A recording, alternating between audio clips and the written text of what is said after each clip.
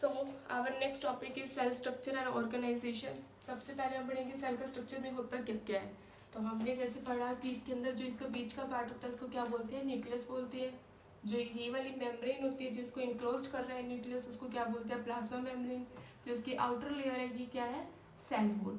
जो इसके अंदर मटेरियल प्रेजेंट है इसको क्या बोलते हैं, साइटोप्लाज्म। तो जो हमारी ये प्लाज्मा मेम्ब्रेन होती है इसका काम क्या होता है, एक्सचेंज करवाना। मतलब ये बाहर वाली चीज और अंदर वाली चीज, इन दोनों का क्या काम करती है, ये एक्सचेंज का काम करती है ये प्लाज्मा मेम्ब्रेन। जो हमारा साइटोप्लाज्म होता है ये क्या होता है, जेली लाइक का होता है, जो क्या कंटेन करता है, ऑर्गेनेल्स कंटेन करता है। अब हमने पढ़ा था प्रोकैरियोटिक और यूकैरियोटिक सेल्स। प्रोकैरियोटिक और यूकैरियोटिक में क्या था कि जो प्रोकैरियोटिक्स थे उसके अंदर एक या दो ऑर्गेनेल्स प्रेजेंट होते थे, और जो यूकैरियोटिक्स थे उसके अंदर क्या थी, बहुत सारे ऑर्गेनेल्स प्रेजेंट होते हैं। जो हमारी सेल वॉल है ये किस में होती है, प्लांट्स में होती है, ओनली प्लांट्स में होती है। और ये बनी किससे होती है, मेड अप ऑफ सेल कोश से।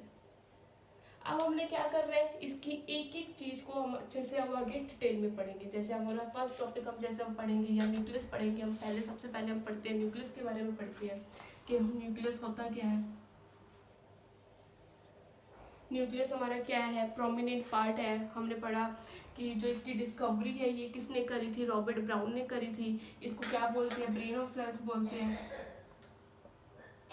जैसे हमारी बॉडी का ब्रेन है जिसके अंदर हमारा सब कुछ फिट होता है, उसी तरह ही क्या होता है, सेल का भी क्या है, ब्रेन है जिसके अंदर सब कुछ फिट होता है। ये इतना रिस्पॉन्सिबल होता है, ये हर एक इंफॉर्मेशन रख लेता है। किसकी इंफॉर्मेशन रखता है, हेरिडिटी की, प्लस जो भी एक्टिविटीज हो रही है इसके अंदर, इन दोनों की ये क्या ले लेता है, रिस्पॉन्सिबिलिटी लेता है। अब इसमें एक क्वेश्चन आ जाता है कि why nucleus is called the brain of cell. तो हम इसमें बता देंगे कि ये हेरिडिटी की इंफॉर्मेशन और जो प्लस जो ऑर्गेनिज्म है, जो सेल है, वो जो भी एक्टिविटी कर रहा है उसकी इंफॉर्मेशन कलेक्ट अपने पास रखता है। जो इसका स्ट्रक्चर होता है न्यूक्लियस का हम देख ही रहे हैं, ये क्या होता है, डबल स्ट्रक्चर होता है। मतलब इसके अंदर क्या है, डबल मेम्ब्रेन है। और इसका फंक्शन क्या है, तो इसके फंक्शंस हम लिखेंगे। ये कंट्रोल करता है सेल को, कंट्रोल ऑफ सेल।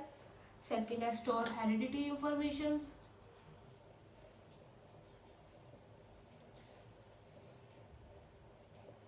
उसके बाद ये क्या करता है, मेक आरएनए एंड प्रोटीन। उसके बाद ये क्या करता है, मेक राइबोसोम्स। तो ये सारे इसके क्या है, ये इसके न्यूक्लियस के फंक्शंस है। तो ये चार चीजें इसके फंक्शन है, पेपर में आएगा तो हम इसके चारों को पॉइंट्स में लिख देंगे, ठीक है। उसके बाद हमारा नेक्स्ट टॉपिक आता है प्लाज्मा मेम्ब्रेन। प्लाज्मा मेम्ब्रेन क्या होती है, जो हमने अब जब ये वाला स्ट्रक्चर किया है, सपोज ये वाला स्ट्रक्चर किया हमने, मैंने ऐसे स्ट्रक्चर बनाया था। पहले हमने न्यूक्लियस का पढ़ा, जो इसकी ये वाली लेयर है इसको क्या बोलते हैं, प्लाज्मा मेम्ब्रेन। इसका काम क्या होता है, एक्सचेंज का, मतलब एक्सचेंज सिस्टम का, एक्सचेंज करवाना हर चीज को। तो सबसे पहले क्या होता है, इसको हम एक एग्जांपल से पढ़ेंगे। सपोज कि हमारे पास एक बैलून है, हम ऐसे ले लेंगे इसको। बैलून के अंदर मैंने क्या किया, पानी भर दिया। ये वाटर है इसके अंदर और ये बैलून है। अब क्या होगा, जिस तरह बैलून का क्या काम होता है कि एक फ्लेक्सिबिलिटी प्रोवाइड करना, ठीक है, इस चीज को फ्लेक्सिबल की तरह काम करता है ये, वैसे ही प्लाज्मा मेम्ब्रेन भी हमारी क्या होती है, थिन, फ्लेक्सिबल। सिमिलरली बैलून को जैसे बैलून की जैसे बाहर की लेयर होती है वैसे ही क्या होती है, इसकी भी होती है।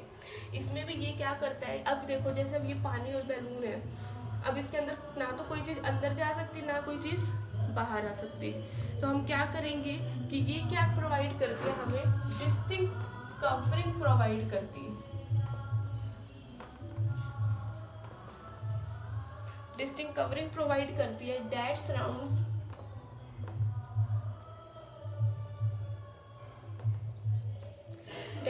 the cell from all sides।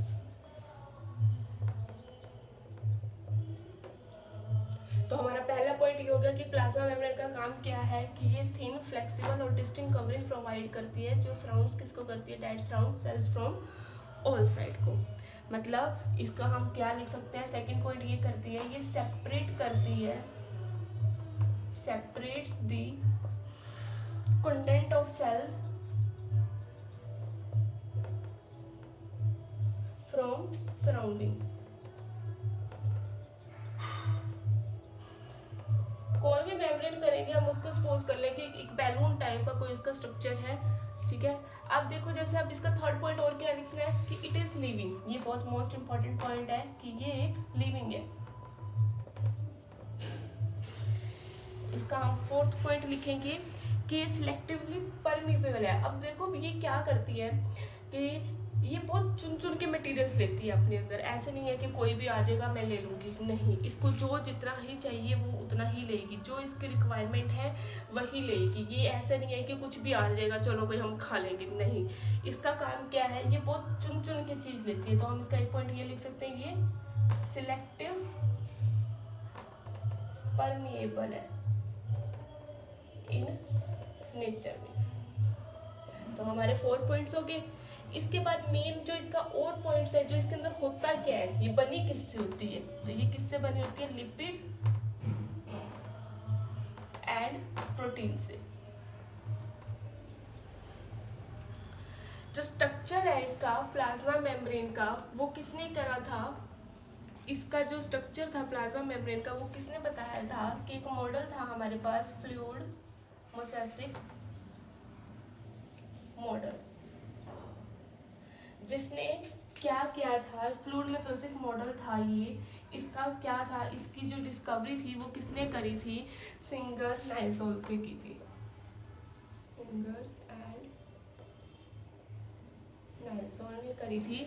कब करी थी, इन 1972 में करी थी। उसने क्या एक्सप्लेन किया था, इसका अल्ट्रा स्ट्रक्चर एक्सप्लेन किया था प्लाज्मा मेम्ब्रेन का। एक्सप्लेन